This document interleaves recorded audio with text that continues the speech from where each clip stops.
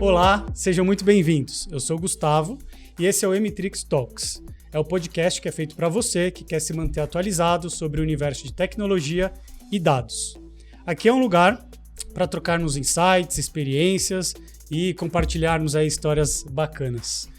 Você pode acompanhar o M-Trix Talks no canal da M-Trix no YouTube e aí em outros players também, como o Spotify.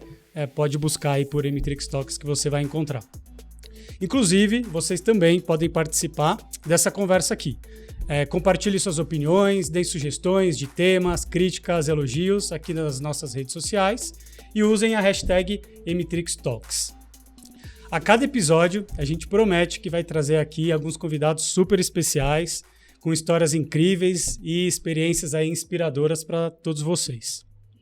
E hoje, a gente está aqui com o Eduardo Jaime, o CEO da SA Mais Trade, o Vinícius Dalovo, que é o diretor executivo da Bradilan, e o Fernando Figueiredo, nosso diretor de novos negócios da M-Trix.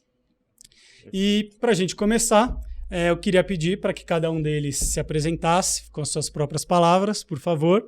Então, começando com o Eduardo, por favor, se puder aí se apresentar aí, por favor. Com certeza. Obrigado pelo convite, Gustavo, Fernando, Carol, que está nos acompanhando também. Vinícius, é um prazer estar aqui com você, participando da inauguração desse podcast. Eu sou Eduardo Jaime, sou CEO da SA Mais Trade. A SA Mais Trade é uma empresa que pertence à SA Mais Ecossistema de Varejo, oriunda da SA Varejo. Em março do ano passado, houve uma transformação onde a gente ampliou a atuação. Eu fico responsável pela área de trade, tech e internacional, e a gente vai contar isso aqui um pouquinho mais para vocês. É um prazer estar aqui, espero que esse programa se repita muitas vezes. Com certeza. Muito obrigado, seja bem-vindo, Eduardo, Vinícius, por favor. Olá, também quero agradecer o convite, Gustavo, Fernando, Carol. Prazer, Eduardo. Sou Vinícius Dalovo, diretor executivo da Bradilan, Associação Brasileira de Distribuição e Logística de Produtos Farmacêuticos. E prazer estar aqui no primeiro episódio do M-Trix Talks e vamos trocar muitas ideias bacanas aqui. Maravilha, obrigado, bem-vindo, Vinícius. E passar agora para o Fernando também se apresentar aí, por favor, Fê. Bom, meu nome é Fernando Figueiredo. Também tenho muitos anos de mercado aí, todo mundo cabeça branca aqui já. Hoje, como diretor de desenvolvimento de negócios da M-Trix, eu fico responsável pela gestão mais estratégica junto aos clientes, ali com um aporte muito mais consultivo, não só sobre os clientes, mas como o ecossistema que gira em torno do nosso negócio da M-Trix, né? Esses muitos anos aí de carreira, passei já por todas as fases, inclusive a parte comercial, como a gente estava brincando aqui hoje, muito bem liderada aqui pelo Henrique, nosso diretor comercial lá na companhia, com quem desenvolvemos muitas aventuras aí nos nossos clientes, nossos mais de 1.000 e tantos distribuidores pelo Brasil. Show, Fernando. E sim, falando um pouco de toda a sua experiência e um pouco das agendas que você tem liderado no mercado, e aproveitar, né? A gente está, vamos dizer, no começo de 2024, o ano já começou aí com tudo, né? Então, mas eu queria, antes da gente começar a conversa aqui, bater um pouco um papo com você sobre como foi o fechamento de 23. Então, a M-Trix tem um mercado auditado enorme, né? Então, são mais de 1.500 distribuidores dentro da nossa rede. 1.700 hoje. 1.700, melhor, exatamente. E que a gente acaba chegando em mais de 1.300.000 pontos de venda que a gente consegue saber o que eles estão comprando anualmente, ativos. E isso dá para a gente uma possibilidade imensa de ler, né, o mercado e saber como o mercado está se comportando aí praticamente em tempo real, vamos dizer assim. Mas antes de eu começar a falar muito mais aqui, queria que você falasse um pouco como foi aí 23, dentro aí dos mercados que a M-Trix está lendo. Bom, a nossa história, ela tem ali quase 13, pouco mais de 13 anos de existência hoje como negócio, né? Sempre muito voltado a buscar a inteligência para as indústrias. Hoje, nosso grande foco está concentrado nas indústrias de consumer goods, todas as categorias ali, alimentos, bebidas alcoólicas e não alcoólicas, produtos de cuidados com o lar, cuidados pessoais, beleza, como a gente estava trocando algumas ideias aqui. Sim. E é natural que com esse grande crescimento, quase 100 indústrias hoje conectadas a nós ali como clientes, de um trabalho diário de conectar cada um desses distribuidores atacadistas, como a gente falou hoje, quase 1.700 em todo o Brasil, e mapear como eles estão atendendo aos pontos de venda, varejos, farmácias, restaurantes, padarias, mais de 1 milhão, como a gente falou ali, com os produtos dessas indústrias que a gente audita a partir do que ela vende para a rede de distribuidores que ela deseja mapear, né? Então, esse universo hoje, batendo a casa dos 50 bilhões de reais, é uma amostra maravilhosa e censitária e diária, né? O desafio começa, claro, por manter a integridade e a sanidade desses dados, algo que é um diferencial competitivo que a gente tem muito grande. E ao longo dos anos, naturalmente, a gente aprendeu a transformar isso que era um conhecimento que a gente entregava individualmente na forma de soluções para essas indústrias em uma grande visão de mercado, né?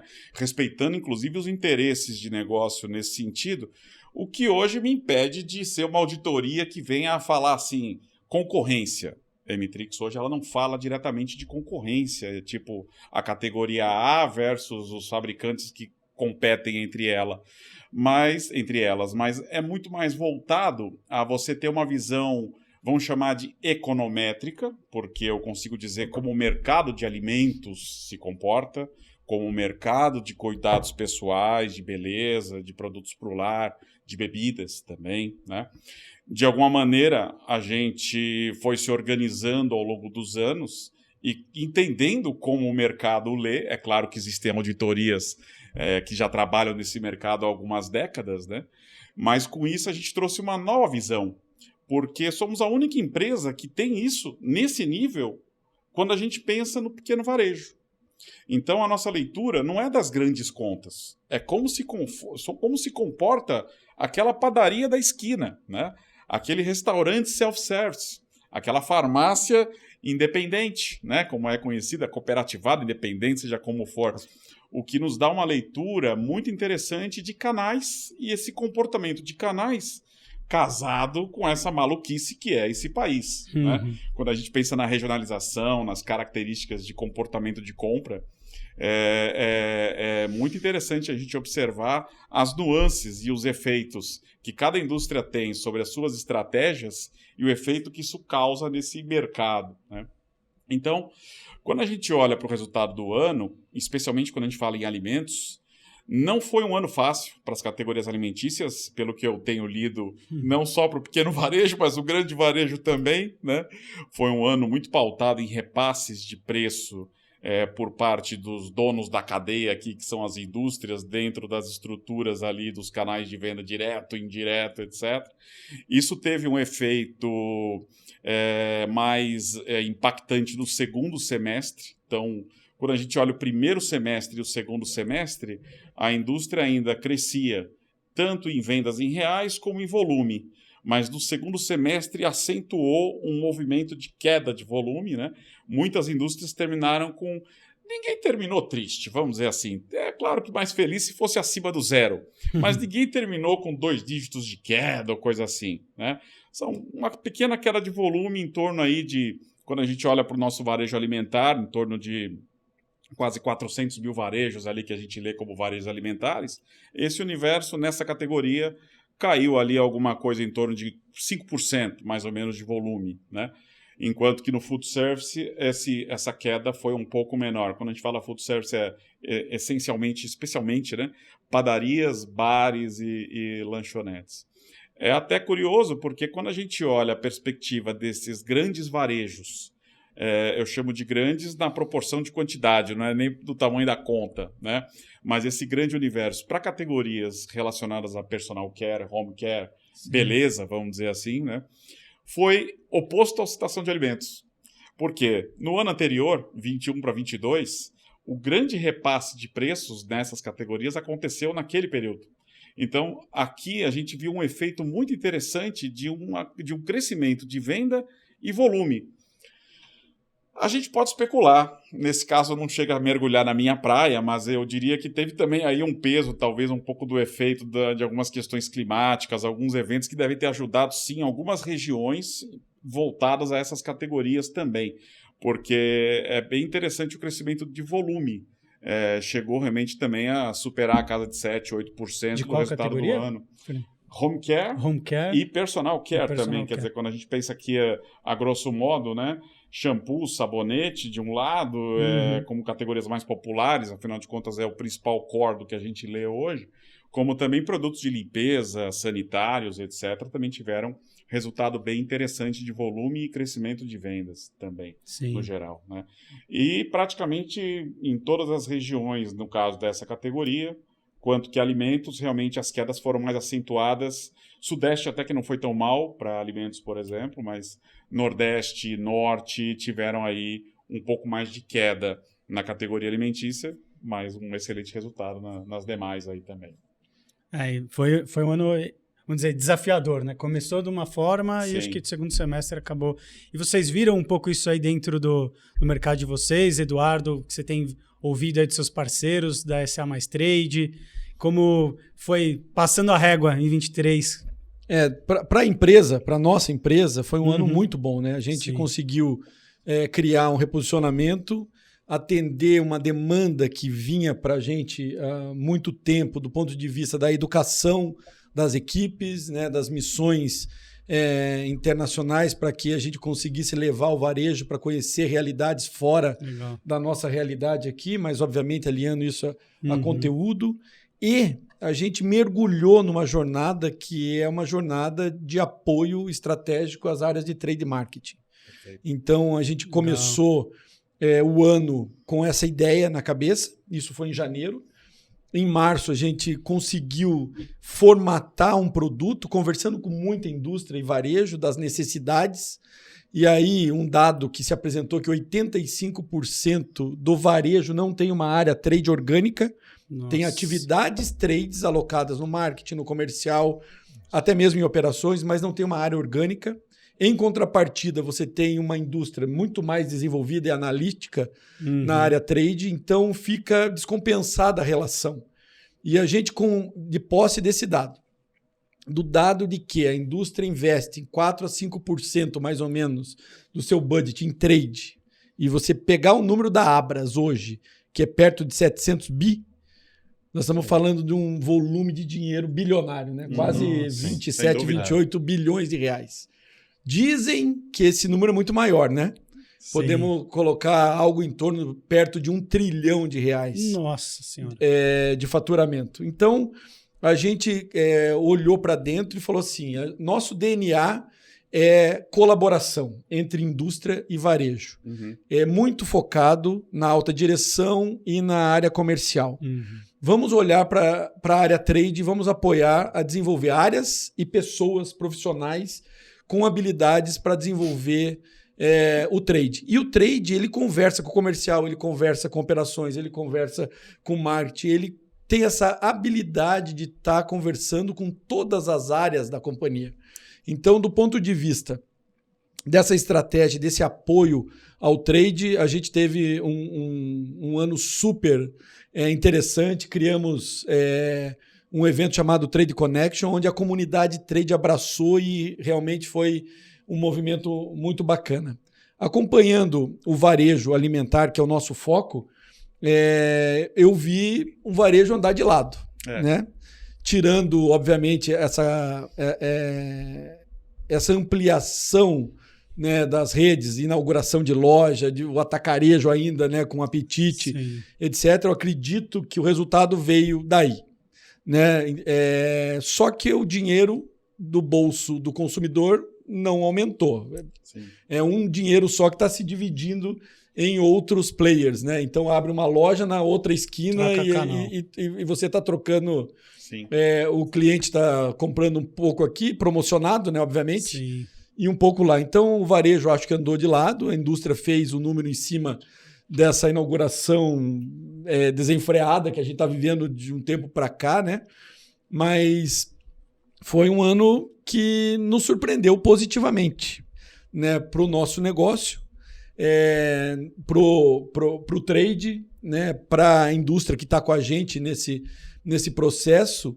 E a gente vê muito isso, né? A indústria querendo e se aproximando efetivamente do varejo regional, que no Brasil é a grande maioria absoluta do varejo, né? Você tem 4, 5 players que são nacionais, o resto tem uma força número de lojas extraordinária, né? Se aproximando para realmente customizar a sua relação, deixar de ter uma estratégia flat para o Brasil inteiro e olhar a regionalidade, estar próximo dele. Então, foi um ano muito, muito bacana nesse aspecto de crescimento, de relacionamento. E para nós, a gente conseguiu colocar 3 projetos em pé, que foi a SA Mais Trade, SA Mais Tech e SA Mais Internacional. Muitas conquistas. E falando do Trade Connection, estávamos lá, então estávamos com o nosso stand. Sim. Também tivemos um momento super importante da Maria lá no palco, contando um pouco de alguns cases nossos. E foi, assim, parabéns, SA Mais Trade, assim, um evento incrível. Eu acho que a comunidade de trade marketing, né, precisa, eu acho que, desses momentos de troca, de trocar experiências, boas práticas, ver o que está acontecendo e se juntar. Então, é algo que nós, da Emitrix, também acreditamos muito e, inclusive, é por isso que estamos aqui, acho que muito para também levar esse conhecimento. Eu tive excelentes conversas lá. Prefiro guardar na confidencialidade aqui, mas foram excelentes conversas que a gente teve no evento. Excelentes conversas. Com clientes, com possíveis clientes, distribuidores até que estiveram no evento em si também, não só varejistas. Então foi interessante. Foi um movimento muito bom, né? A gente começou com o freio de mão puxado. Uhum. A gente achou que tinham 700 lugares para 700 pessoas. Foi tracionando. 3 semanas antes a gente teve que parar as vendas, porque foram 1.380 pessoas, foram 380 varejistas, 70 indústrias, 22 palestrantes, 11 apoios institucionais. Foi realmente um evento que tracionou. Eu quero deixar aqui publicamente o nosso agradecimento por vocês terem acreditado na largada, né? Quando você inaugura um projeto desse, realmente não é fácil, né? E a gente teve empresas super importantes, né, do nosso hall de relacionamento que apoiaram e que fizeram isso. Foram lá para fazer o que a gente se propôs. A conexão, geração de negócios. Teve um caso de um expositor que não teve fala como vocês, mas ele estava expondo, que ele fez uma estratégia só para impactar quem estava palestrando. As empresas que saíam do palco, ele ia lá tinha um presente, conectava e gerou muitos negócios. Então fica aqui o convite. Ótimo. Viu, Gustavo? Bom, a gente já confirmou vocês no dia 4 de junho, o Trade Connection tem a sua 2ª edição. Eu quero deixar aqui o convite a todos que acompanhem as nossas redes sociais, SA Mais Trade, @SA Mais Trade, que daqui a 10, 15 dias a gente abre as inscrições, a venda de ingressos, para que a gente tenha um evento de continuidade, abraçando cada vez mais essa jornada pelo trade marketing. Muito bom, muito bom. E Vinícius, conta um pouco como foi 2023 para vocês, as iniciativas. Foi desafiador. O mercado farma foi desafiador. A Bradilan tem um propósito de apoiar, né, todo o varejo, o varejo, principalmente o varejo independente e o varejo associativista. Né? A gente tem no canal Farma, o varejo que mais cresce hoje no Brasil é o varejo associativista. Já são quase 20 mil lojas das 90 mil farmácias participam do varejo associativista. E eles têm tido maior crescimento, né? E 23 não foi diferente. Eles tiveram esse crescimento muito exponencial aí. E desculpa meu desconhecimento, o que seria esse varejo associativista? É importante, é uma pergunta bem interessante, né? O pessoal fala, é igual uma franquia. Não é uma franquia, né? A franquia você segue exatamente o que o franqueador ali rege. E no associativismo, não. São proprietários de lojas que seguem um modelo de gestão. Né? Eu acho que o varejo associativista tem mais de 20 anos, né? O farmacêutico, quase 25 anos, né? Escuto falar há muitos anos. E nós vamos abordar esse ano lá no Conexão Farma, o presidente da Febrafar, o Edson Tamassia, vai estar lá fazendo uma palestra, falando da importância da gestão para a evolução do varejo associativista. Né? Enquanto era somente a união ali de proprietários, ele não teve esse desenvolvimento tão forte. Quando eles começaram a operar na gestão do negócio de cada varejista ali, aí sim eles tiveram sucesso. Então eles apoiam em todos os pontos, indicadores, formas de negociar, enfim, quais são as métricas que ele tem que ter dentro da loja dele, de despesas. Então é um varejo bem estruturado hoje, né? Sim. E as federações, as associações desses varejistas apoiam cada proprietário. Então hoje você tem proprietários que têm diversas lojas pelo Brasil, com algumas bandeiras, não só com uma bandeira, mas eles participam de outros grandes grupos. Então você tem uma bandeira com 100 lojas, onde você tem 30, 40 donos, 40 proprietários, né? Ali que cada um rege o seu negócio. Mas sempre olhando para aquilo que esses grupos estão levando de importante. Esses grupos fazem negociações com as indústrias, fazem negociações de trade também com as indústrias, hoje já evoluíram para isso. Mas quem realmente faz a compra e atua é o proprietário da loja. Entendi. Né? E hoje eles cresceram muito, né, no Brasil, esses grupos associativistas, né? Estão espalhados por todo o Brasil, tem regiões que as grandes redes têm dificuldade de entrar por conta desses grupos, né? Eram cidades que estavam passando por uma evolução, né? E que os proprietários das lojas independentes se viram obrigados a ir para esse grupo associativista e ter esse respaldo na gestão da loja, né? Na gestão do negócio em si, né? Perfeito. É um negócio muito peculiar, a farmácia, né? Então tem que ter esse apoio. Mas é muito interessante. Acho que pode ser até uma boa prática, acho que até juntando canal alimentar com outros, porque essa parte de colaboração, né, de boas práticas, informação, dados, é melhor para todo mundo, né? Então desenvolve as categorias, o mercado, então muito interessante saber. Muito interessante. E assim, né, a Bradilan hoje congrega 158 distribuidores regionais pelo Brasil. E eles são os que mais atendem, né? A Bradilan, 158 distribuidores, eles atendem 97% dos varejistas associativistas. Olha só. Então, você vê como eles necessitam mesmo da distribuição regional para colocar os produtos na loja, para que ele tenha um mix completo, para que ele tenha um mix que atenda ao consumidor que ele tem lá na loja, né? E 23 foi desafiador por esse motivo também, e também por ser um ano pós-pandemia, né? Sim. Mas para a Bradilan foi muito bom, porque a gente conseguiu também realizar no Conexão Pharma. Foi um ano de recorde também de público. A gente teve 23 mil visitantes em 3 dias de evento. Caramba! Né? A gente dobrou de 2019 para 2023 o número de visitantes na feira.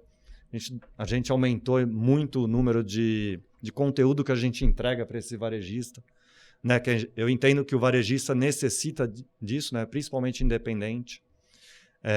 De conteúdo para gestão, ele não tem acesso às informações que hoje as grandes redes têm, né? Os dados, informações, os insights que se tira da obtenção dos dados, né? Não adianta ele só saber quanto cresce, que categoria cresce, mas o que ele faz, para quem ele oferece, como ele oferece isso na loja, né? Como ele aplica, como ele faz a gestão daquela categoria, né? A exposição daquele produto, como ele renova a loja dele, né? São vários fatores que a gente aborda lá no Conexão Pharma. Então, também foi um ano muito gratificante por isso, né?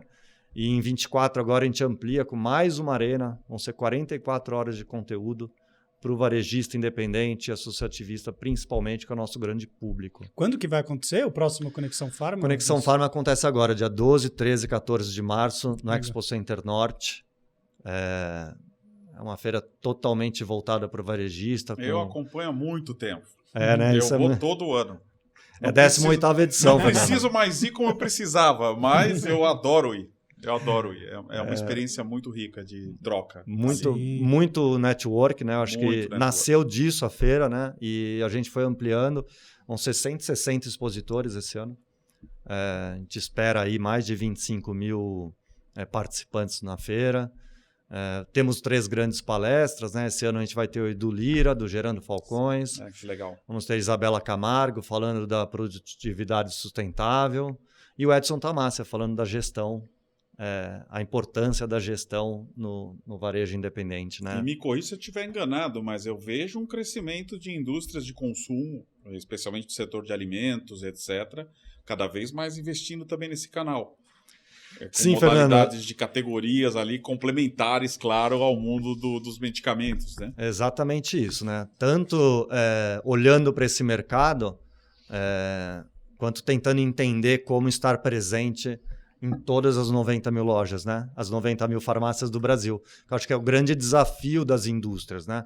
Tem muita indústria que chega, acha que vai para os grandes centros e tudo bem, já está no canal Farma. Sim. Mas não, né? Precisa pulverizar, precisa estar no independente, precisa estar no associativista.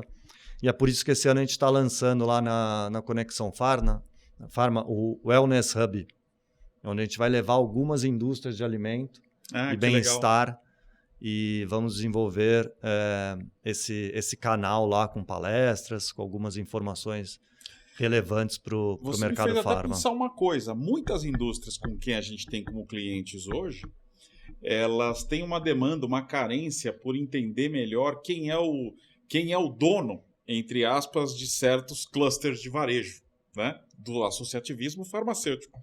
Eles nos pedem isso, eles pedem assim, pô, como é que vocês não conseguem nos ajudar a entender um pouco melhor pelos dados que a gente está lendo lá praticamente...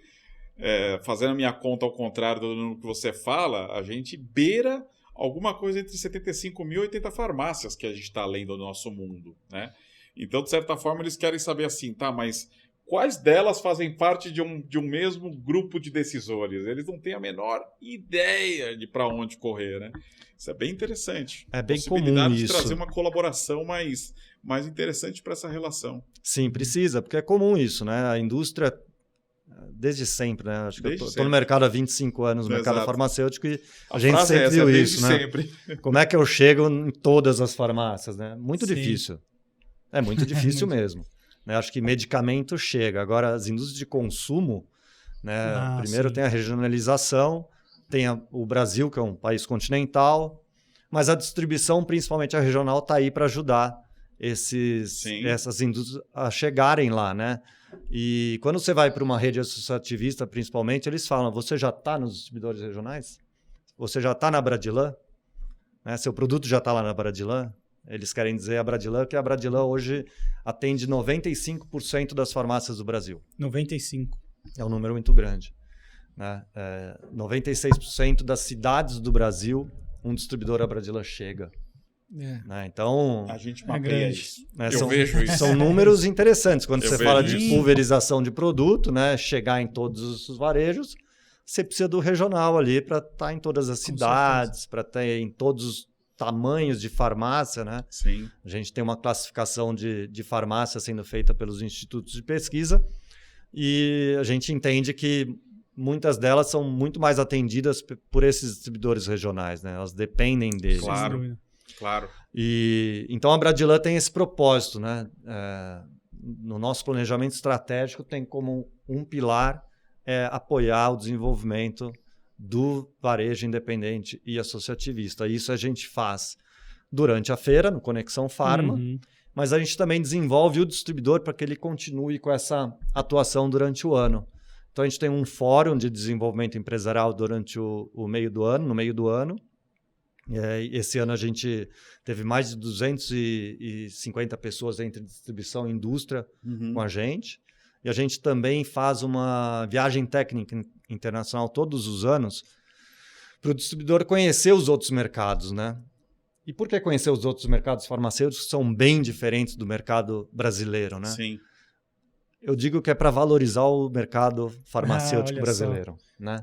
Ele é um mercado horizontalizado, né, que ele continue assim, porque isso ajuda no acesso ao tratamento, né, do paciente, porque se a gente tem um mercado verticalizado como em alguns países, tem empresas que mandam ali, né, e eles decidem o produto que vai ter, o preço que vai custar e aonde ele vai chegar.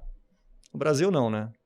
Horizontalizado por enquanto, então que continue assim. Continue assim. E é um desafio maior para as indústrias. É um desafio maior para as conseguirem indústrias. chegar. E acho que a gente falou um pouco, né, de anos desafiadores. Acho que cada vez mais a gente precisa entender no detalhe onde está a oportunidade, em que região está a oportunidade, para buscar, acho que, um crescimento sólido, né? E acho que isso funciona para qualquer um dos mercados que a gente está falando, né? E tem um número que me chama muita atenção. A gente fala pouco dele. Quando a gente cai nessa coisa de falar do mercado, a gente fala de crescimento do mercado, volume e tal.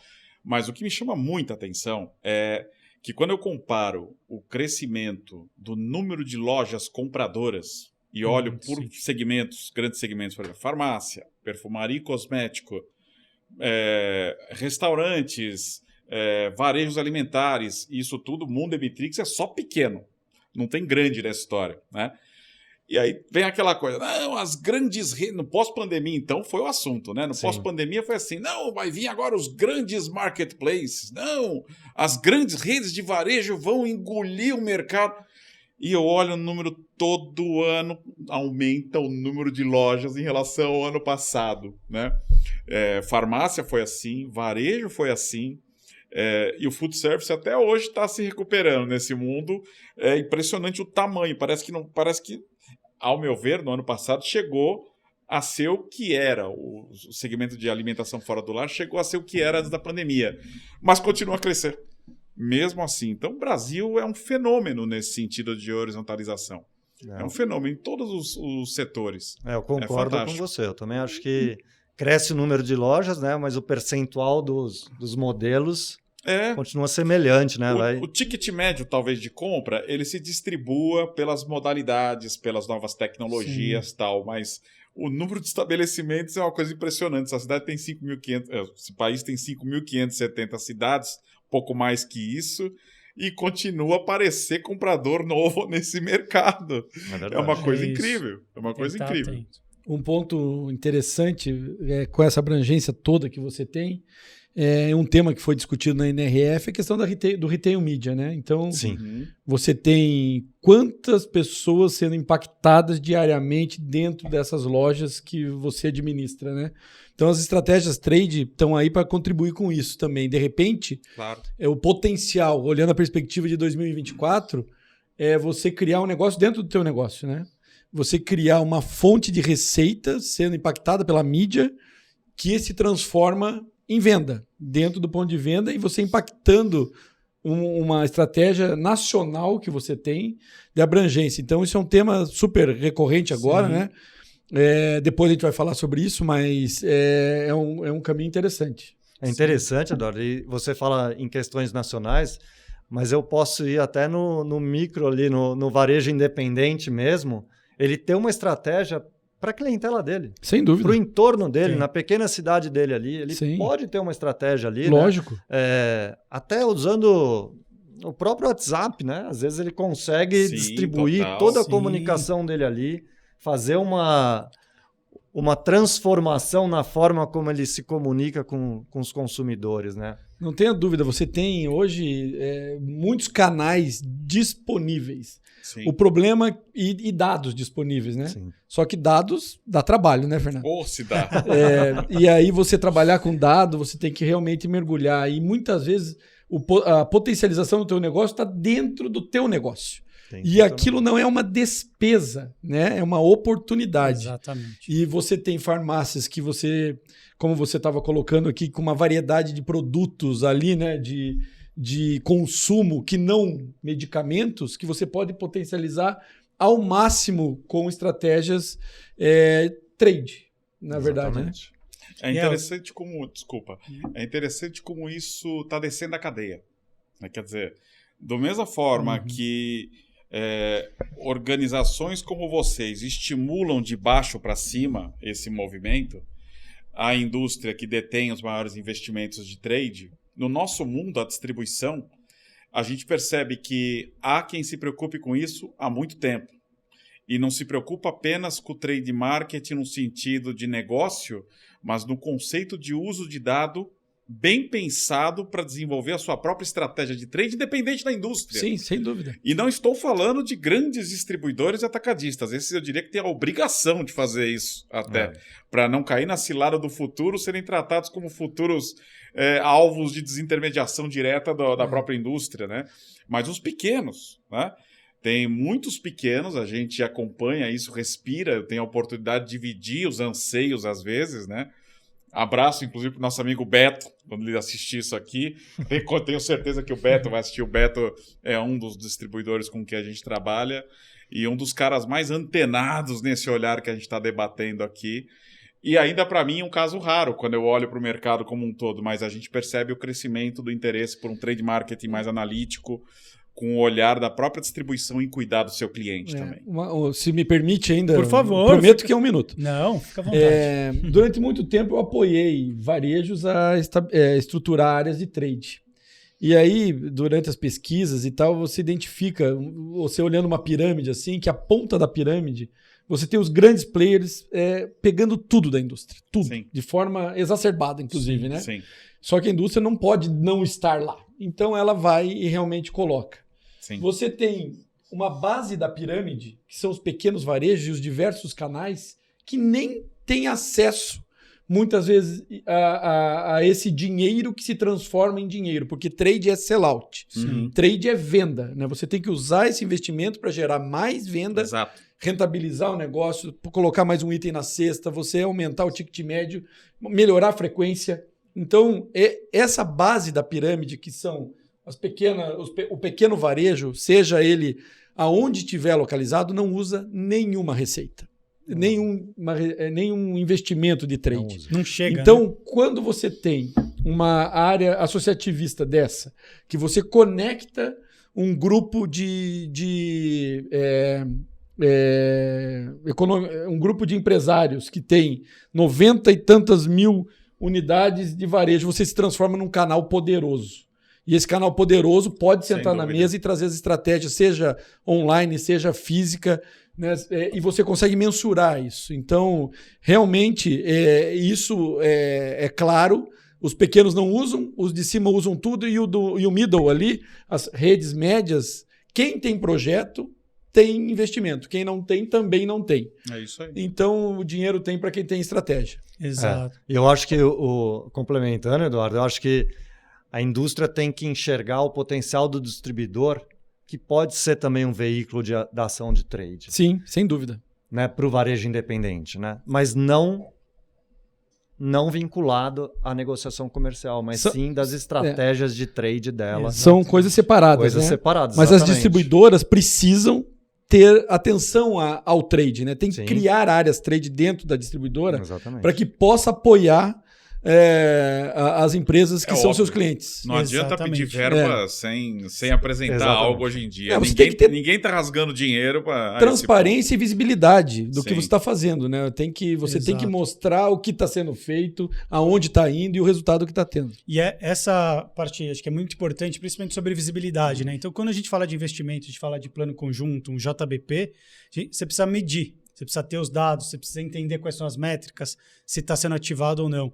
E nós, da Emitrix, a gente está com um foco muito grande em apoiar os distribuidores nessa jornada colaborativa dos dados. Então, há mais de uma década, a gente já tem esses distribuidores com a gente, como parceiros que nos informam a venda dos fabricantes, mas a partir de agora a gente está fazendo um movimento para ajudar esse distribuidor a ver os dados daquele negócio dele como um todo e de uma perspectiva estratégica que possa ter cruzamento de dados e trazer a indústria, falar, olha aqui a oportunidade que tem na mesa de crescimento para todo mundo. E aí faz parte dessa educação de todo o mercado, dessa cultura orientada para o dado, de forma simples. Então é um pouco disso que a gente está fazendo agora também na Emitrix, para trazer essa cultura trade marketing para o distribuidor também, que precisa e também está ávido aí para esse crescimento. É super importante. Muitas vezes a oportunidade está do lado, né? Você pega um dado regional, você tem uma leitura mais granular e você vê que aquele produto está sendo vendido em todo o redor e não está sendo vendido naquela região, só ajustar mix. É isso. Muitas vezes ajustar preço, né? Então, assim, você realmente tem que mergulhar no dado, porque esse dado vai te trazer um negócio que muitas vezes está olhando para abrir uma loja a 2 quilômetros dali. Se você melhorar a tua atuação, a tua leitura, você vai conseguir viabilizar um aumento, um incremento de faturamento. E sempre que eu troco ideia com você, Eduardo, sobre esse tema, eventualmente com a turma lá do Sérgio, nos nossos bate-papos, né? O que eu acho interessante é observar que a maior parte desse bolo, desse dinheiro, naturalmente vai para as grandes contas. E quando eu olho para as indústrias com que a gente trabalha, de 90 indústrias, menos da metade eu posso arriscar dizer, pela minha experiência, menos da metade tem um plano de incentivo, um plano de negócio realmente voltado a drivar o tal do sellout, né? Com um olhar bem amadurecido dessa relação entre indústria e canal, né? Então, é muito natural que o dinheiro, quando você olha para o que nós fazemos, que é prover a inteligência para esse plano de negócio, e a gente provê de A a Z, literalmente, quer dizer, a gente consegue dizer qual vendedor de qual distribuidora deveria vender o que e se vendeu ou não. E se ele não vendeu, onde ele deveria ir. Eu consigo fazer isso hoje. Quantas indústrias investem nisso? São aquelas que realmente se propõem a exigir do seu parceiro essa mudança de mindset, né? Então, quando você olha para isso, é muito natural. Você tem aqui um distribuidor que tem 50 fornecedores. Se menos da metade dos meus clientes parte da lógica que não tem um plano de excelência maduro para esse cara, ele mesmo também vai viver dessa dor. Menos de 50% dos fornecedores com que ele trabalha, independente se trabalha ou não com o Emitrix, né, não vão ter algo que justifique ele pedir dinheiro e ele dar dinheiro para o trade acontecer, né? Tá aí a importância dele se estruturar para isso e não contar só com a indústria, né? É um ecossistema que precisa de educação. Não tem outra palavra para usar. É educação. É o que falta hoje para que isso realmente mude o jogo de forças que existe no mercado, né? Eu fui tomar café esses dias com o head de trade de uma grande indústria e ele chegou um pouco atrasado. Ele falou, desculpa que eu estava numa convenção de vendas e eu tive que alocar. Eu tenho uma equipe de 10, 2 executivos meus trabalham com dados. Eles performam 60% melhor do que os outros que não trabalham com dados. É isso. Eu coloquei 2 salas, dividi os 2 para ensinar o time a trabalhar com dados. Então, 60% de performance a mais do que os que não trabalham com dados. E numa grande indústria. Grande. Consolidada indústria. já. Exatamente. Então, assim, não tem... É você teimar com uma coisa que está evidente, né? Você tem hoje todas as ferramentas na tua mão para você melhorar a performance. Basta querer. Eu posso contar algumas, podia contar algumas, mas pegando esse gancho aqui, eu vou contar uma. A gente tem diretores que acessam diretamente as nossas soluções. E não estou falando das soluções estratégicas. Estou falando da solução self-service, que você consegue qualquer informação do Brasil ao ponto de venda, né? Tem diretor que gosta de acessar, ele pede o acesso, porque ele domina o hábito, ele tem o hábito de querer aprofundar se ele quiser e também mentorar essa estrutura a mudar esse mindset. É uma coisa fantástica. Eu vivi a experiência, não faz nem muito tempo assim, de pegar um diretor que nunca tinha trabalhado com a gente. Começamos o projeto, implantamos os distribuidores e eu percebi que não dava atração. E eu colocando gente, colocando pessoas, treinamento, coach, até, como é que chama? Plantão de dúvidas. Ligue aqui a hora que você quiser para fazer a coisa tracionar. Sim. Eu estou falando de times de venda, times de trade que se relacionam com a distribuição. Pois bem, ele passou a mão no telefone um dia, não vou falar o nome dele, mas ele vai saber se ele assistir isso aqui. Ele literalmente foi para o escritório e falou, Fernandão, dá uma aula aqui para mim. Resumo da ópera, ficou 2 horas comigo. E tudo que ele ouviu dizer do time dele, não, é que é difícil, é muito complicado, não sei o quê. Quando ele tomou contato com o que era... Hein, Fernando, você quer que eu leia o dado ou quer que eu venda? Então, você escuta isso o tempo todo. Exato. Ele tomou contato como era fácil, ele falou, cara, agora ninguém mais me engana, bicho. Ninguém mais me dá isso. Me dá o brinquedo. Não deu outra, saiu de lá com acesso liberado já, né, para as informações dele. E mudou o jogo, literalmente. Esse cliente está com a gente até hoje, anos e anos e anos. Ele já saiu dessa indústria, foi para outras, né? E eu tenho alguns casos como esse. Tenho outros amigos também ali, né? Também que a gente ver o quanto eles são, vamos dizer assim, foram picados pela experiência de você realmente usufruir bem do dado dentro da estratégia comercial. Uso bem grato, focado em resultado mesmo. É fantástico. É fantástico viver essas experiências com essa galera. É uma transformação que a gente a distribuição tem que assumir mesmo. Tem né? que Daqui assumir. para frente, Tem ou que ela assumir. assume ou ela sai do jogo, porque Sim, a pressão é muito grande. é muito hoje, grande. assim. A gente vem discutindo isso, né? No nosso fórum aqui, esse ano, em 23, a gente discutiu a gestão através da tecnologia e dados. Né? E dados que vêm da indústria, dados que vêm do varejo, porque a distribuição está no meio da cadeia. Exato. Né? Ela ali depende dos dois, né? Da informação da indústria, Sim, do produto, qual a estratégia dela, né? E ele conhece o varejo. Né? E tem a informação também do varejo de como performa aquele varejo, que varejo tem que ter qual tipo de produto. Só que ele tem que saber usar toda essa informação, cruzar essas informações, saber como que ele vai colocar isso dentro do varejo, né? Principalmente no medicamento, mas quando a gente vai para medicamento, a gente também tem isso, né? Porque Sim. você tem diversas moléculas com diversas marcas e ele sabe quanto aquilo ali gira dentro de uma farmácia, por ano até, né? E às vezes a farmácia está cheio daquele produto, mas está sem o outro que tem um giro maior. Então, a gente tem ele um precisa de orientação, que né? tem um nome sugestivo para isso. Chama-se Basket Mix. É tudo aquilo que a indústria e o distribuidor quer saber. Onde é que eu estou vendendo A que eu não estou vendendo B? É literalmente um self-service de responder perguntas o tempo todo em relação a estar vendendo uma coisa e não estar vendendo a outra. Sim. Porque isso acontece o tempo todo. É uma coisa impressionante o desafio de mix que existe dentro desses grandes planos estratégicos para manter esse abastecimento saudável e com o produto certo na hora certa para o consumidor certo. É uma loucura. É uma loucura. E a gente fala muito, né? Porque essa transformação digital, então todas as empresas, indústrias, está todo mundo muito falando isso, mas é muito mais do que uma transformação cultural mesmo, da gente conseguir colocar dentro da governança ali do negócio essa disciplina de olhar os dados, fazer parte da cultura diária mesmo, é uma rotina, né? E não dá para operar de olho fechado, né? Precisa ter isso.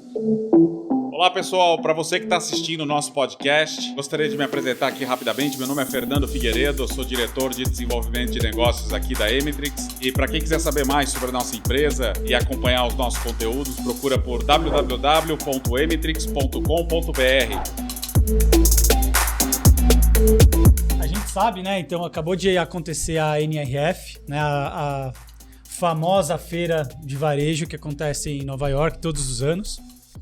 O Vinícius esteve lá, o Eduardo também, né? E a Emitrix também esteve, né? Com a Carol representando a Emitrix lá. Então eu queria chamar a Carol para se apresentar e contar um pouco também como foi a NRF e na visão aqui, trazendo para a nossa realidade aqui no Brasil. Bem-vinda, Carol. Bom, pessoal. Oi, Carol. Todo mundo. Tudo bom, Fê? Tudo bom, Gu? Que bom ver vocês de novo, Vinícius, Eduardo. A gente estava lá na NRF e essa mega feira do varejo, né? A maior feira do mundo. E não é por menos, né? É muita gente no evento, são mais de 40 mil pessoas. Poucos brasileiros, né? Eduardo, Vinícius. Acho que vocês vão concordar comigo. Parece que os números aí que eu vi que tinham 2.500 brasileiros, mas a impressão é que tinham muito mais que isso. Você só ouvia português. É verdade. E eu acho que isso diz muito, né, sobre a curiosidade que o brasileiro tem, né, por inovação e essa busca. Sem dúvida, era a nacionalidade mais representada no evento, né, sem ser os americanos. E, enfim, foi um banho de conteúdo.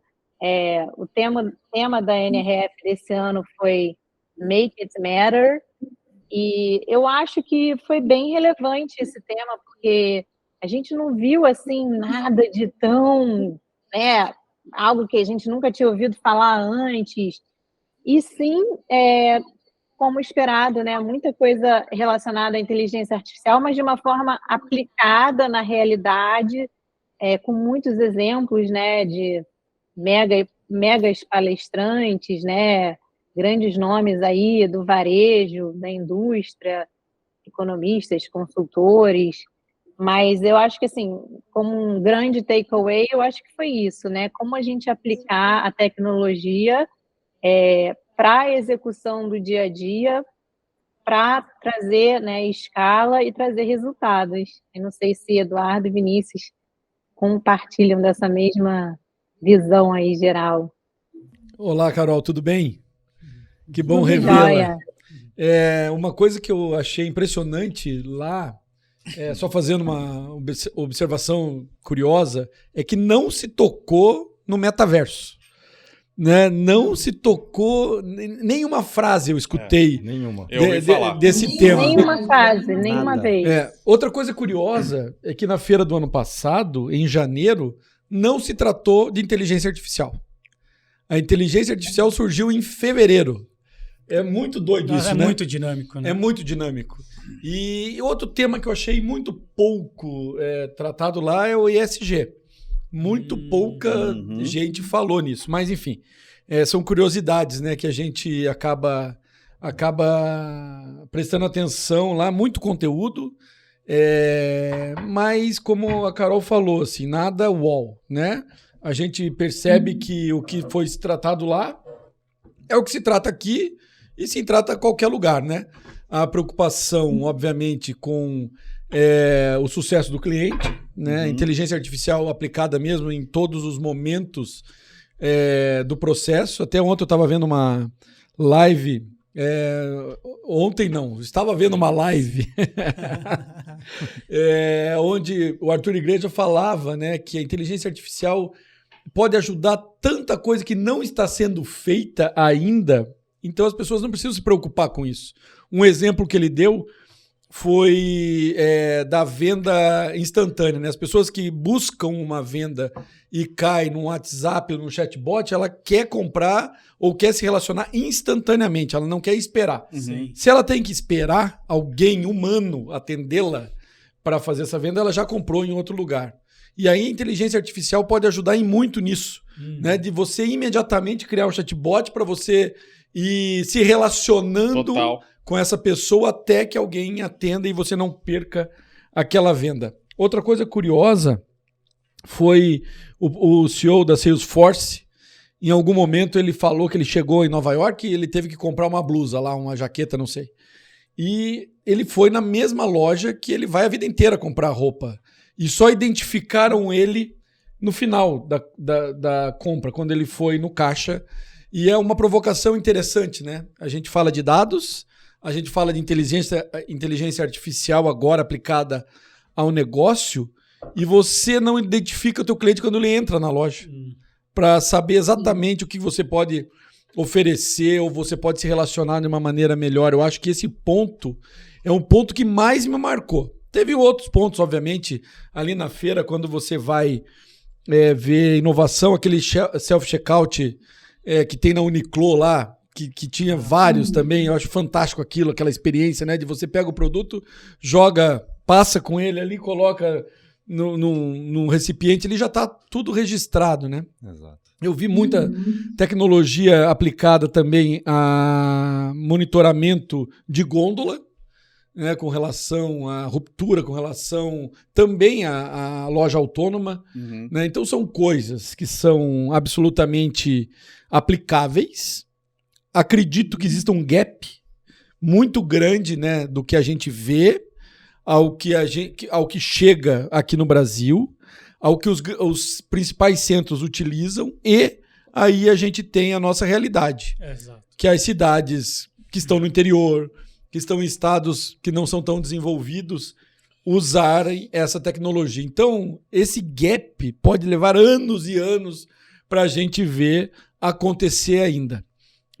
Então, as minhas observações, Carol, de lá, assim, num resumo, né, muito resumido, são essas. Legal.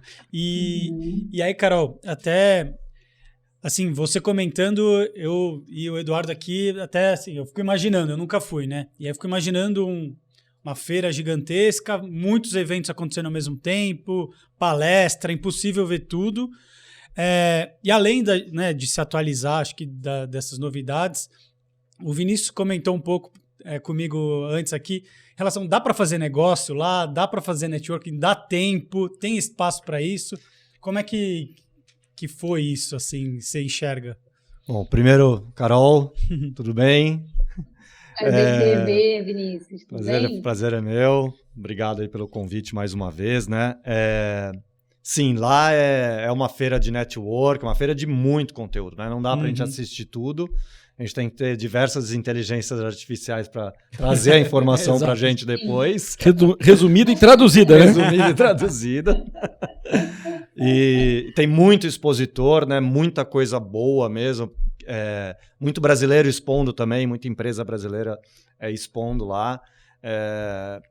E eu concordo com o Eduardo a questão de você sumir com assuntos que não deram certo, né? O metaverso, ele ficou realmente em outro lugar, não está ali. Pode ser que ele surja novamente em algum tempo, né? Pode Para ser, frente, mas pode hoje ser. não mais. Sim. Hoje não mais, né? Talvez a China traga para a gente no futuro, né? Eles estão pensando nisso agora. Mas uma questão que eu acho que é importante para o varejo, essa questão da inteligência artificial, né? O grande crescimento da inteligência artificial, e deu para entender que vai ser um momento de adaptação para o varejo. Total. Né? Eu acho que essa é a palavra, né? É adaptação para saber utilizar essas diferentes tecnologias que apresentaram lá. Muitas delas já vão ser aplicadas, né? Outras vão demorar a chegar, outras estão sendo desenvolvidas, mas eu tenho certeza que elas vão ser aplicadas, né? Eu vi muita coisa para o consumidor, por conta da personalização, que é um assunto também que foi muito colocado lá em pauta, né? A personalização. Claro. Então, o shopper, né, na loja, ele vai querer ter essa personalização. E empresas já estão apresentando essas tecnologias, onde você passa na frente da gôndola e para você aparece o que tem ali de promoção, o que tem ali de novidade para ele, né? Sim. E muita coisa para Vinícius, distribuição. não quero te cortar, mas teve uma que eu achei fantástica, que o cara te dá até o humor, que você tá na hora que você passa, Nossa, a câmera te identifica e te diz se você tá animado, se você tá aborrecido, chateado. É interessante, porque aí você já consegue se preparar para atender aquele cliente, né? Então, são essas tecnologias que eu espero que chegue, né, para ajudar mesmo, né? Você colocou bem. Vai ter que ajudar aquela pessoa que atende, a loja, o lojista, enfim. E o consumidor também, né? E também o que a gente ouviu muito foi da geração Z, né? Uma geração de influenciadores que passa a ser agora uma geração de decisores e que não estão só querendo comprar na telinha, né? Grande parte vem da tela, né? A gente tem aí o dobro, em 10 anos dobrou o número de pessoas conectadas, né? De 5 bilhões para 10, né? Não, bilhões, é um número assim são impressionante. números que a gente já não consegue nem registrar a grandeza e a velocidade com que eles crescem. Mas é uma geração que vem aí, passa a ser decisora e que não quer só estar no varejo digital, né? Ela quer ir no varejo físico, quer ser atendida, quer ser reconhecida, né, Eduardo? Como você falou. Reconhecido na entrada, né? Logo que você chega, não só na saída. Realmente viver experiências, né? Desde o primeiro momento em que você está ali, né? E quer ter uma personalização, né? Eu acho uma loucura isso, Vinícius, porque até muito pouco tempo atrás existia vai acabar a loja física, estão quebrando todo mundo, vai fechar. E aí a dinâmica, né, acontece. As relações humanas também precisam ser consideradas, né? Eu acho que os dados estão aí para criar relações humanas, sem dúvida, do negócio. E aí você vê esse ajuste, né? De fazer o básico bem feito. Você fala do metaverso, mano. No outro ano você fala assim, peraí, vamos fazer o básico bem feito, que ele não consegue nem resolver o problema da ruptura. Será que eu tenho o sortimento correto no lugar correto? Eu não sei quem é o meu cliente. Eu não sei se ele qual gênero que ele é, o que ele consome, se ele paga com cartão, se ele paga com Pix, eu não sei quantas vezes ele vem na minha loja. Então são coisas que você pode utilizar de uma maneira muito assertiva a inteligência artificial para ajudar o negócio, né? Então, eu acho que isso lá ficou muito claro, né? Muito claro. Muito claro. Exato. A personalização dos dados foi muito batido em todas as palestras, né? O uso da inteligência artificial como geração de eficiências na operação. Então, você ter essa agilidade, né, de entender exatamente o que o seu consumidor está querendo, e isso ser traduzido por toda a cadeia de suprimentos, e, enfim, trazer uma melhor experiência para o consumidor, né, com respostas rápidas e focada naquela oferta personalizada. Teve uma palestra lá do Walmart que foi bem interessante, a forma como eles já estão aplicando, né, esse tipo de inteligência artificial, inicialmente com foco na geração de eficiências de operação, com uma nova assistente de voz que eles têm, que se chama Ask Sam, onde antes eram usadas só pelos funcionários para, por exemplo, tipo, achar preço, achar produto no estoque de forma rápida, mas agora sendo usada para o consumidor.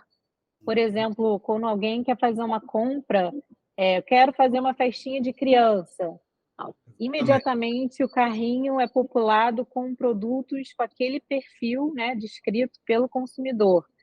Então, cada vez mais ser usado justamente para esse tipo de experiência, né? E isso que o Eduardo e o Vinícius estavam falando, né, também foi muito batido, que é o Omnichannel, que é essa experiência que começa no on e termina no off. E a mudança da loja física, porque assim, é impossível competir o on com o off, né? A experiência online é rapidez, eu preciso resolver um negócio na hora, clique, clique, clique e resolver o meu problema. O laço emocional acabou aí. Então, como que as marcas conseguem continuar dando esse laço emocional e agregando a experiência, né, o valor do produto, os valores que ela quer passar para a marca? Isso é só na loja física. E não é tipo soltar fogos de artifício na loja física, é justamente fazer uma experiência focada no produto, né? Então, eles deram lá, né, numa dessas palestras, eles deram um exemplo da loja da Yeri, que é um grande produtor de coolers e copos desses térmicos.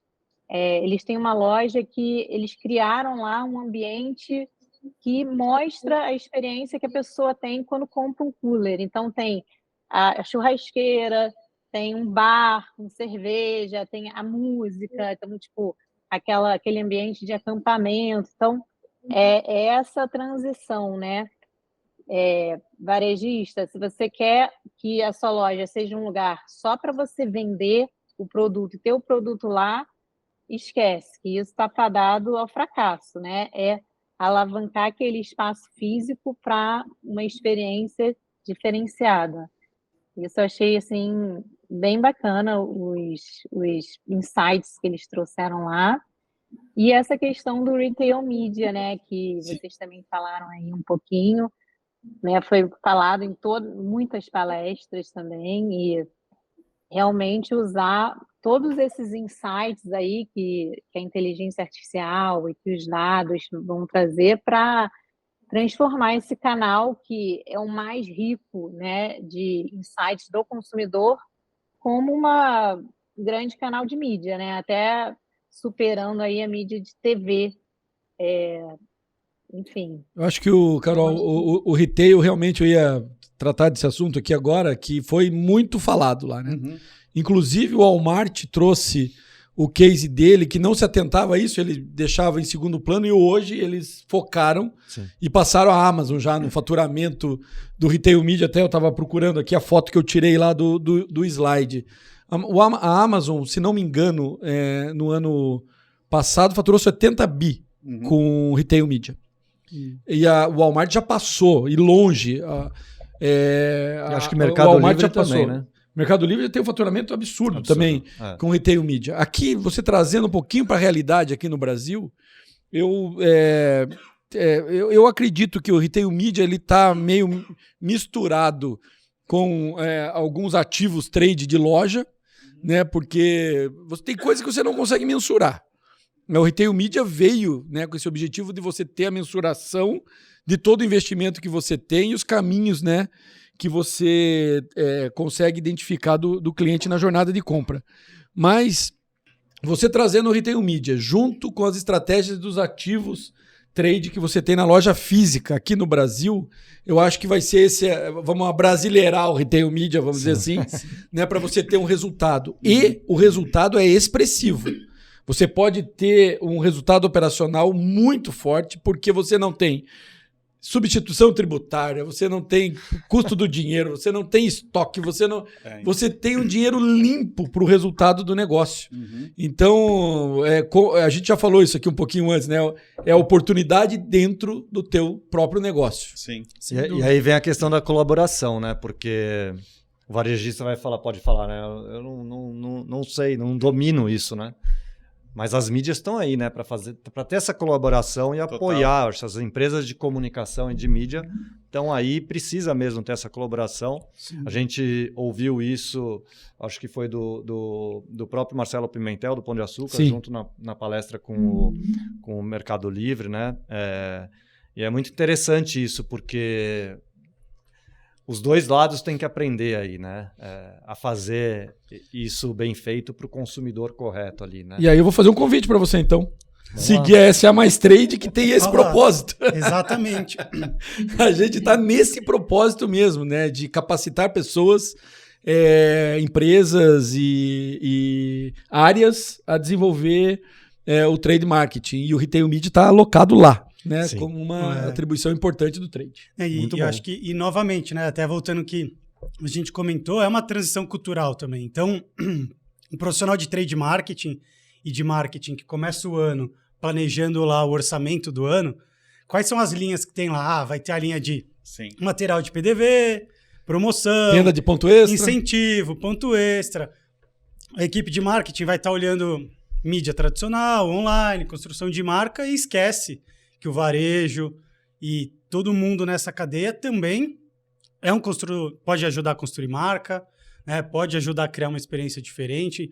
Então, essa mudança mesmo da forma de operar no dia a dia ali, culturalmente, para enxergar novas formas de fazer. Então, não é que vai acontecer do nada, né? Então, tudo isso que foi visto na NRF, de repente, vai acontecer. Não, eu acho que são visões e tendências para que quem quiser inovar ou quiser aplicar e trazer novas fontes de crescimento comecem a atuar de uma forma diferente e nova, né? Então, o Eduardo colocou muito bem, Carol, a questão do desafio do que é um país como o nosso, né? Porque você tem o desafio, primeiro, tecnológico de viabilizar a tecnologia, né? Então, não é em todo lugar que a gente vai ter uma banda de internet que vai sustentar uma inteligência que vai tentar ler o dado em tempo real, né? E isso também traz um desafio cultural muito grande, porque nessas mesmas regiões, provavelmente, é onde você tem ainda o receio da tecnologia substituir em vez de ajudar, né? Então, é natural que a gente tenha um processo longo ainda, mas, sem dúvida, uma coisa que para a gente que vê de perto, vive de perto as experiências e trocas que estão acontecendo no mundo e aqui, né?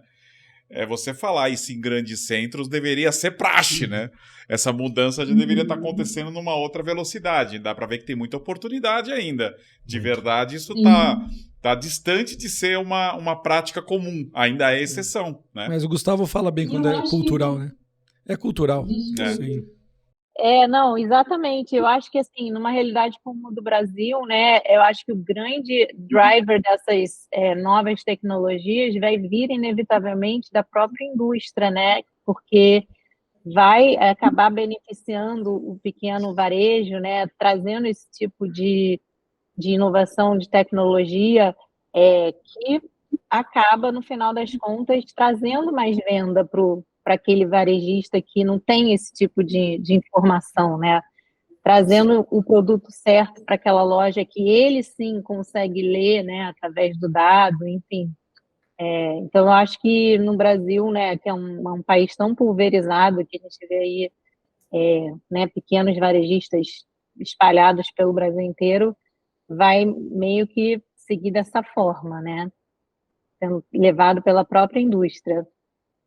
A gente mesmo, né, Gustavo? A Emitrix mesmo quer se propor algumas provocações interessantes, porque a gente já fez experiências por conta própria, né? A gente também tem a nossa fase de laboratoriar, vamos chamar assim, um pouco os próprios dados, tudo, né? E eu diria que nesse ano a gente está aqui se preparando para grandes mudanças tecnológicas, inclusive de, vamos chamar assim, de investimentos pesados no sentido de preparar a nossa fábrica de dados para toda essa nova geração, esse novo milênio, mas, por exemplo, a possibilidade da gente tentar intuir que produto deveria ser vendido em qual loja, com base naquilo que ele compra e do que a gente lê, você pode partir do mesmo pressuposto que a gente estava falando da questão dos estoques. Sim. Aquilo que o PDV compra é para abastecer o tipo de consumidor que pede por aquele produto ali. Esse conhecimento, mesmo que seja empírico, ele existe. Se você é capaz de mapear isso e direcionar isso, você consegue chegar para as indústrias e dizer, naquele município, o teu mix deveria ser esse. O sabor laranja lá é muito melhor do que o sabor uva. Por que você está insistindo em empurrar esse, quando, na verdade, o equilíbrio da gôndola naquele PDV é diferente do bairro, da cidade e do estado que você está, né?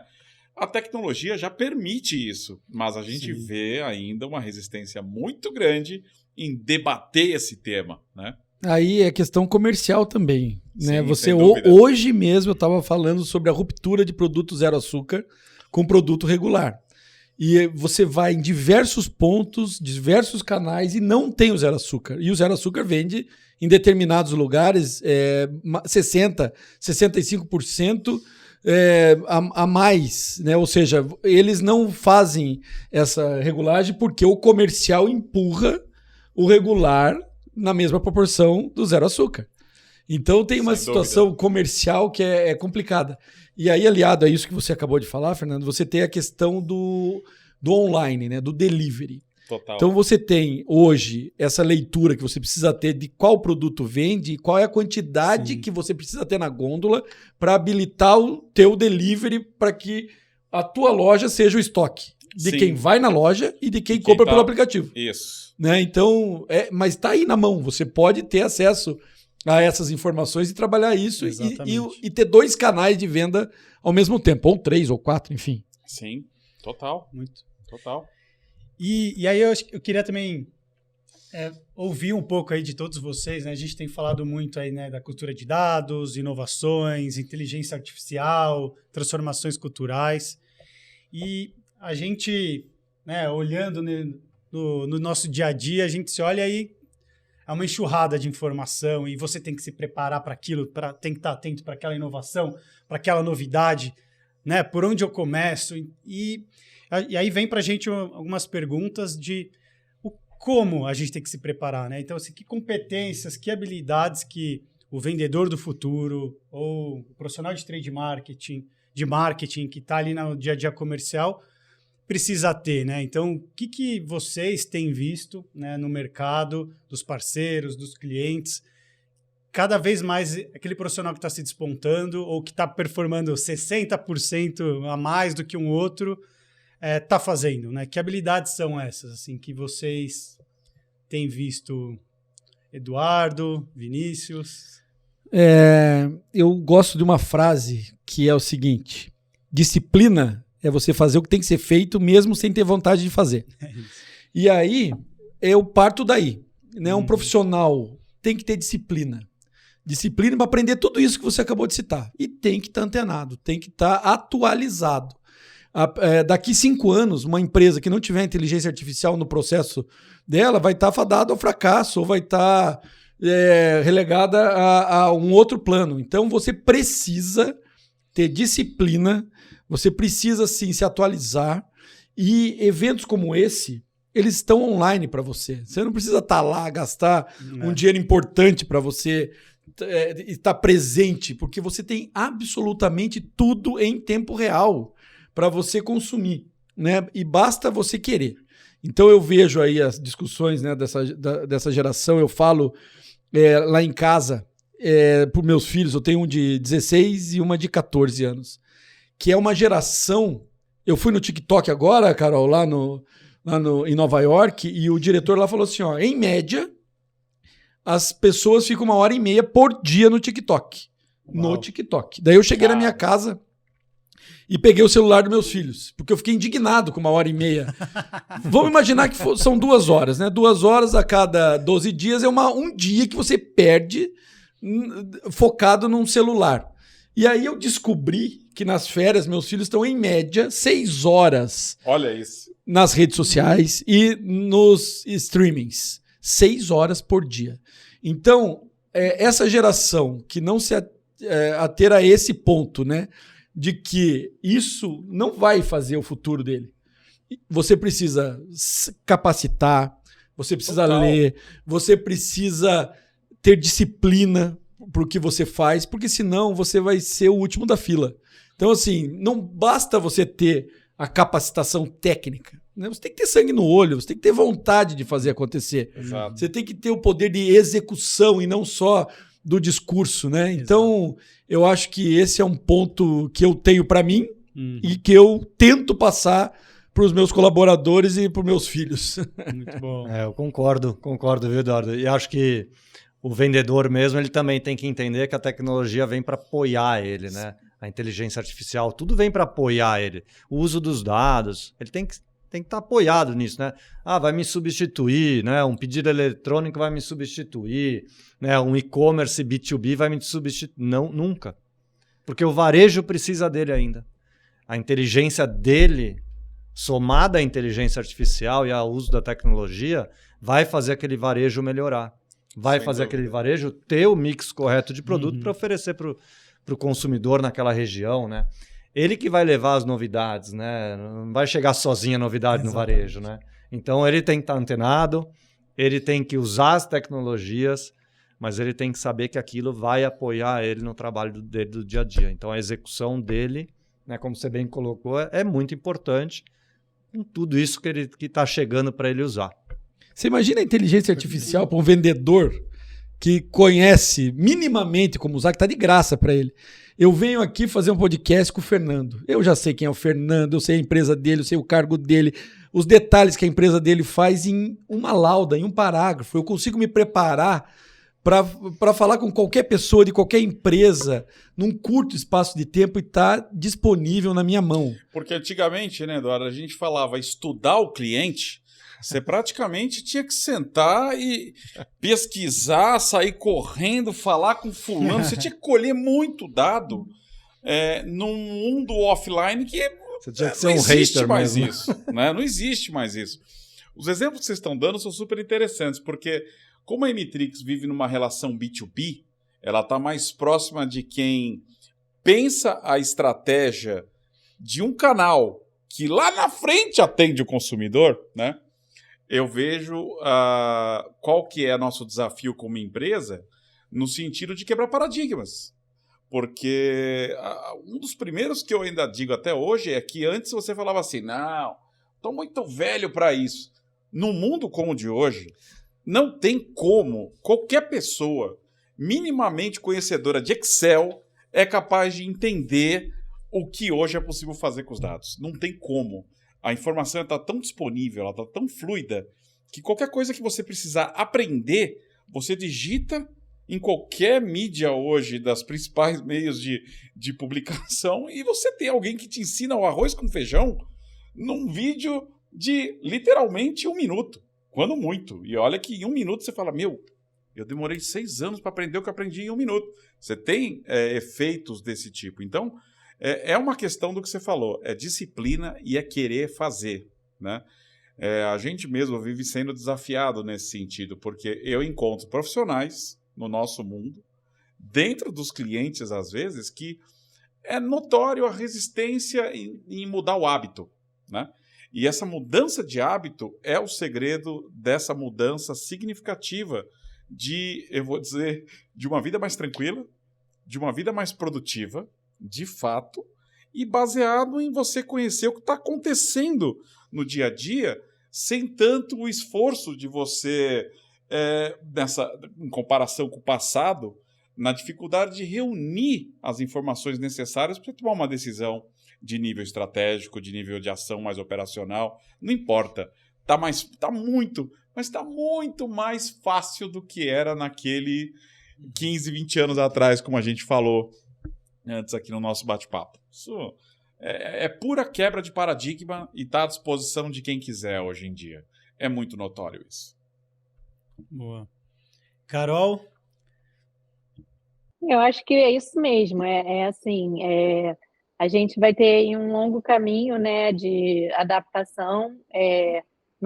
Não tem uma fórmula, acho que correta, e o que vocês estavam falando, acho que a execução é fundamental, né, e utilizar a tecnologia como um suporte, né, para a escala, mas com foco na disciplina, na execução, porque senão, né, você vai automatizar a bagunça se essa execução não for bem feita. Então, e se os dados não tiverem qualidade, né, Carol?